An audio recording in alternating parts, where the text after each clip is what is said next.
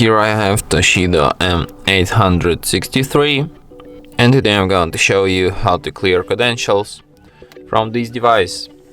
So firstly you have to open settings, then go to the security section, then go to the encryption and credentials, and select the last option, clear credentials, and then confirm it. And after that, credential storage will be erased. And that's it. Thanks for watching.